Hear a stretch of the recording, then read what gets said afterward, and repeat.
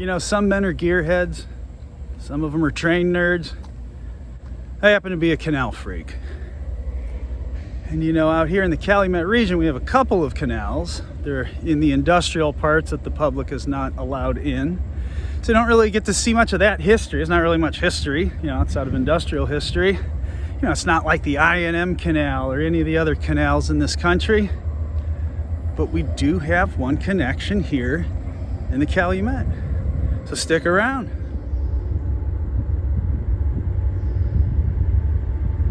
Oh, the eye patch. Yeah, if you saw my post on the community tab, my luck, I got diagnosed with double vision, something I've been actually dealing with for about a year. So I gotta get special glasses, but I don't actually need this to do this. That was actually more just for effect. So let's look around.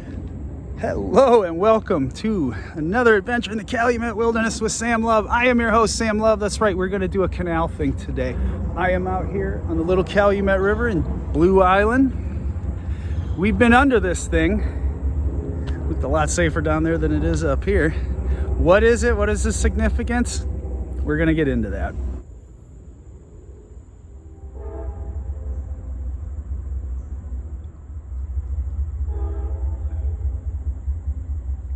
Yeah, not quite sure why, but artificial rivers are just fascinating to me.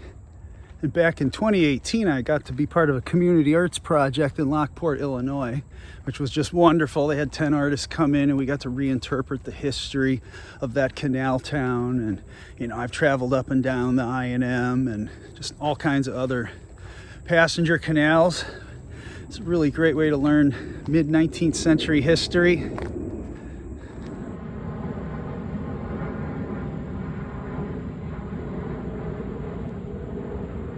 So the significance of the I&M Canal, when it opened in the late 1840s, you could now have a fully travelable waterway. Wouldn't have to get out in portage as natives and early explorers had been doing for so long.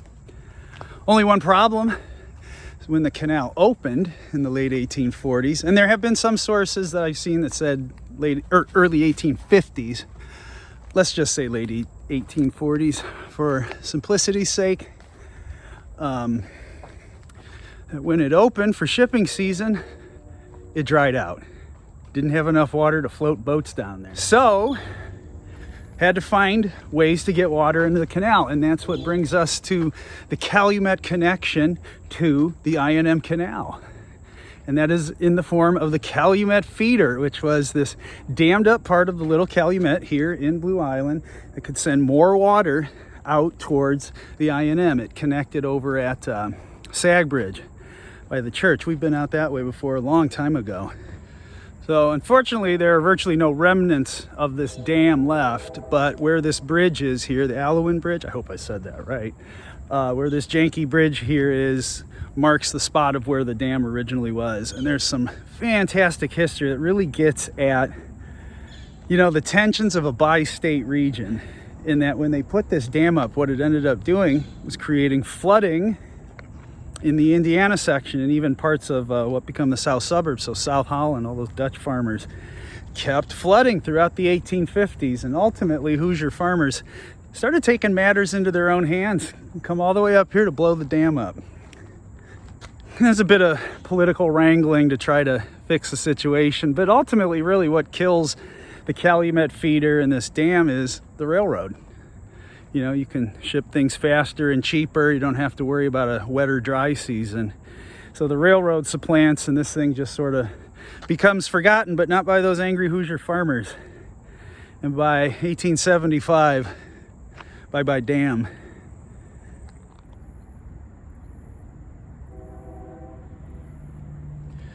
What also supplants the canal feeder is just a few steps up ahead here to the north, the Cal Sag. I even found some great pictures online from 1910 as that started to be built. You can see some of the remaining water of the Calumet feeder, which would be the first waters to enter the Cal Sag channel. And I thought about taking a walk on the trail, walk over to Faze Point and see the confluence of the Little Cal and the Cal Sag, but it is hot. It is very hot, and I've already had a long day, even though it's like barely noon. So I think this is going to be another short one.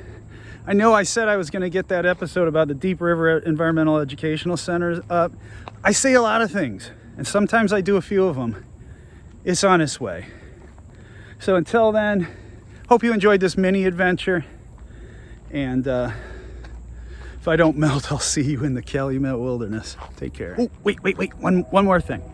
It's believed that the original canal house is still standing over here. So I think we'll take a little walk over and check that out. People used to drive on this bridge. Can you believe that? Scared walking on it.